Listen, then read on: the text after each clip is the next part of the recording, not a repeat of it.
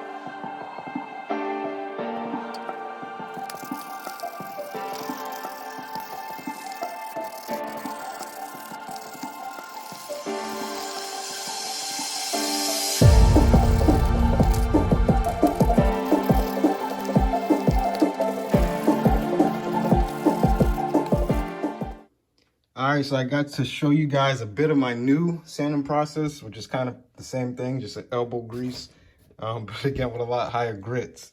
I'm thinking of even going up a little higher from 800 to about 1,000 grit sandpaper.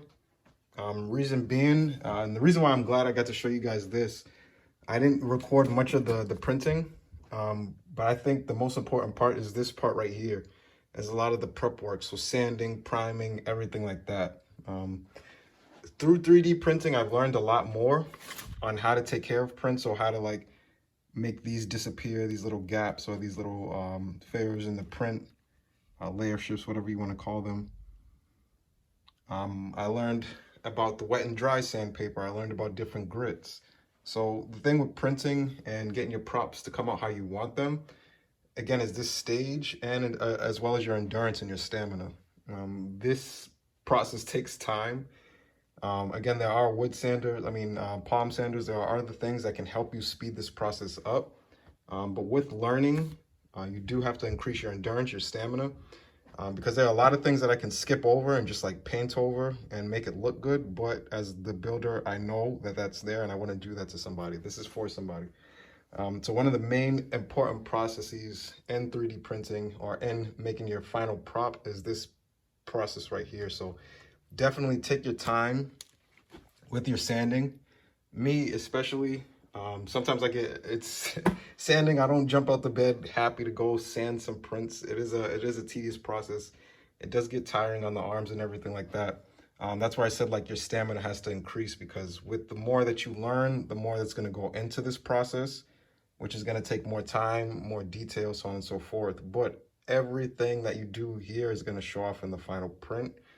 And it's going to make a lot better prop. You're going to be a lot happier in the end, rather than you just like quickly doing something, covering something up, and then you post a picture and then that picture shows exactly what you tried to cover up, or you're just trying to hide it, not being truthful. So take your time. Sometimes like a little project like this may take me 2-3 days of just sanding. That sounds crazy, but again, it's a lot of work. Sometimes I get tired, sometimes I get lazy, sometimes I just don't feel like doing it. So if you feel those moments, just put the print down, stop, do what you got to do, and then come back to it. But I just really want to stress that this part is very, very crucial to the final print. Even now, after the wet and dry sandpaper, the print is still very smooth. But after I hit it with the filler primer, it's going to show me a lot that I have to continue to work on. So that could be discouraging to some people. Again, just take a deep breath, walk away from the project for a little while, and then come back when you have the energy. But I guarantee you, if you take more time in this process right here and really perfect it and really learn how to cover up things, how to put things there, so on and so forth, you're really going to like your projects. Enough of that. Let's get back to the print. All right, and then you guys know how I feel about super glue. So the super glue, or if you don't know, usually I don't use super glue for my prints, or I do, but it's not the only thing that I'll do. The reason being is because, again, super glue is a liquid that turns solid, and if there was some heat to hit this print and reactivate that liquid, this print could mess up further down the road. So to prevent that, I only use it as like a first level holder, and then I'll solder the parts together. That just feels a lot more safer to me. But what I'm going to do now is just use the super glue so I can attach these two, so that way I don't have to put like duct tape or painter's tape or anything like that on to hold it, or clamps. But I'm going to glue it down, and then I'm going to solder it together.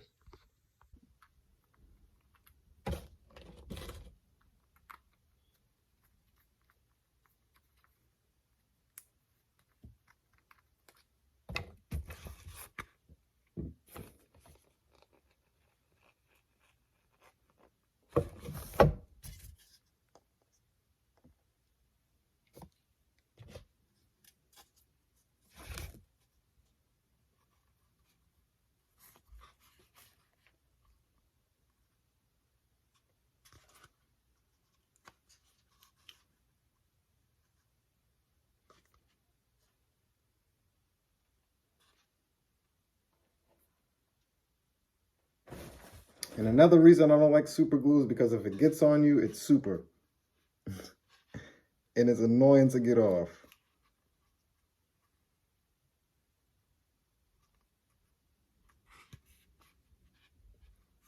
All right.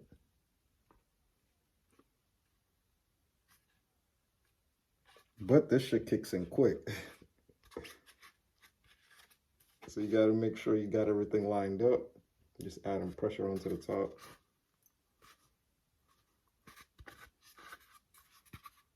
And just like that.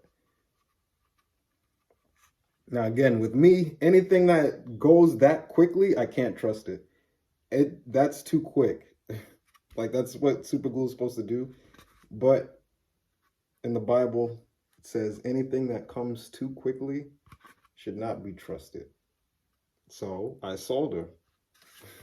It takes a little bit more time, and I can trust it a lot more because it's pretty much the same thing that the printer's doing. It just melts in these two parts together. So now that I don't have to use clamps or tape, I got everything lined up. See, look at that. I hate that. Now I'm going to be stuck all day. But now I got that. Now it's time to break out the handy dandy soldering iron. But first, let me wash my hands. Which I should have used my gloves. My gloves are like literally sitting right there next to me, but hey. Just something a little new that I just started adding. Before I do solder, you'll see that line, of course. So I'm trying to take out. But I just take some 60 grit sandpaper, go up a little bit from there. But I want to knock that down as much as I can and even that up as much as possible. So here we go.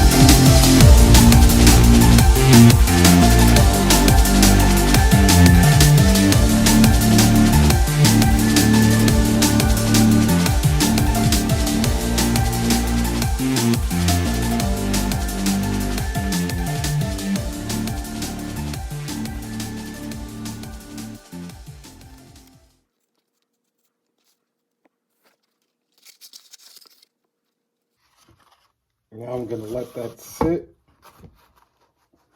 Usually I prime everything first, and then I add the wood filler or Bondo. But this time I'm gonna try to kind of go back to my old ways, do this first, then add the filler primer, and then sand everything together. So I want this to go with the primer, so that way it like dries a little bit better. And then I'm gonna sand everything together, and then obviously add layers as I go. And sand and add more wood filler as I go, and just repeat the process. Again, the stamina is important. This is the most important process.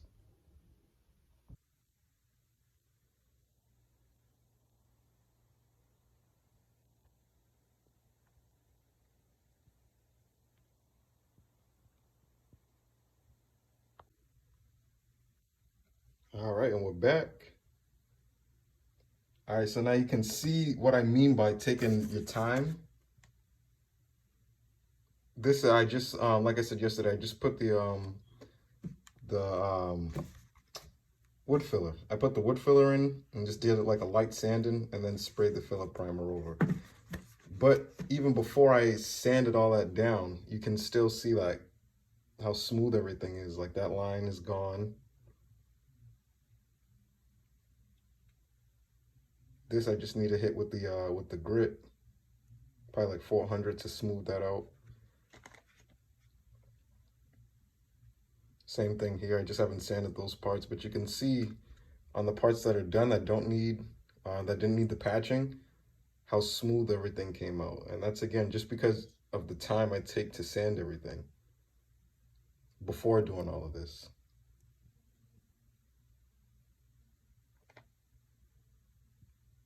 So once that's all fully sanded, I'm about to do that now. All that gook is gonna look just as good as that.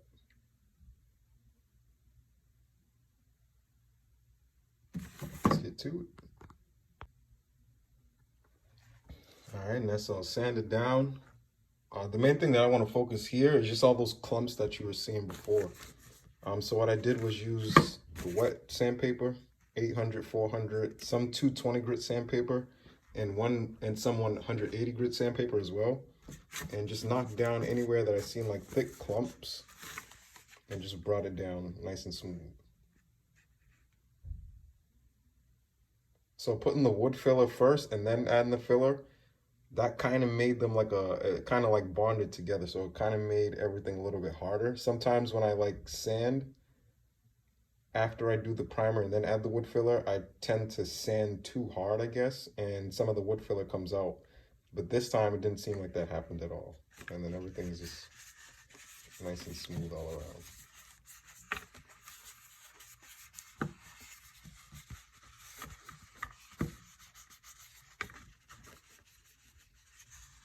So now I'm gonna add a thicker coat of filler primer. I'll probably do a layer or two of that, and then hit it with some gloss black, and then start finishing up these colors. Here we go.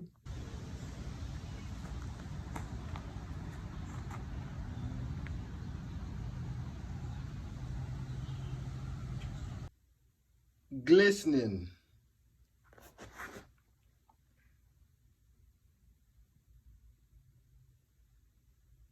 Just the base coat before I add the red. I'll show you guys with the red as well. I know the black sometimes covers up or like hides a lot. But once I put this red in, you guys will see how smooth everything is. You can kind of pretty much see it now. You don't seem like all those dents and bumps. So now I'm gonna hit it with the red. Again, I always use a black. I looked up this mask. I haven't seen any weathered versions of it. Any like, I thought it was like a clay kind of looking mask from the actual anime. But this thing is pretty shiny, so I'm gonna make it just like that. I'm not gonna add any weathering, battle damage, or anything like that because that's not how it's shown. Let's add the red and then the other details, and this is a wrap, guys.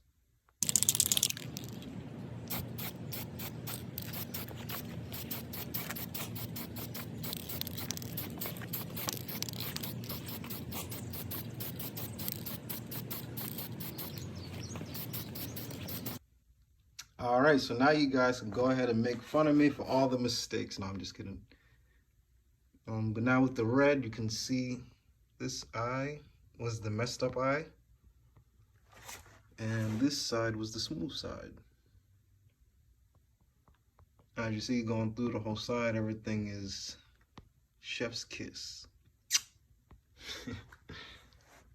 But yeah, that's it's a lot easier. You can tell I'm getting a lot better because even here, where I seamed everything together, that's missing. On a lot of my older projects, you could always tell like my seam lines, everything like that. But again, it's just rinse and repeat of using your sanding. Like if you're not annoyed from sanding, you didn't sand enough.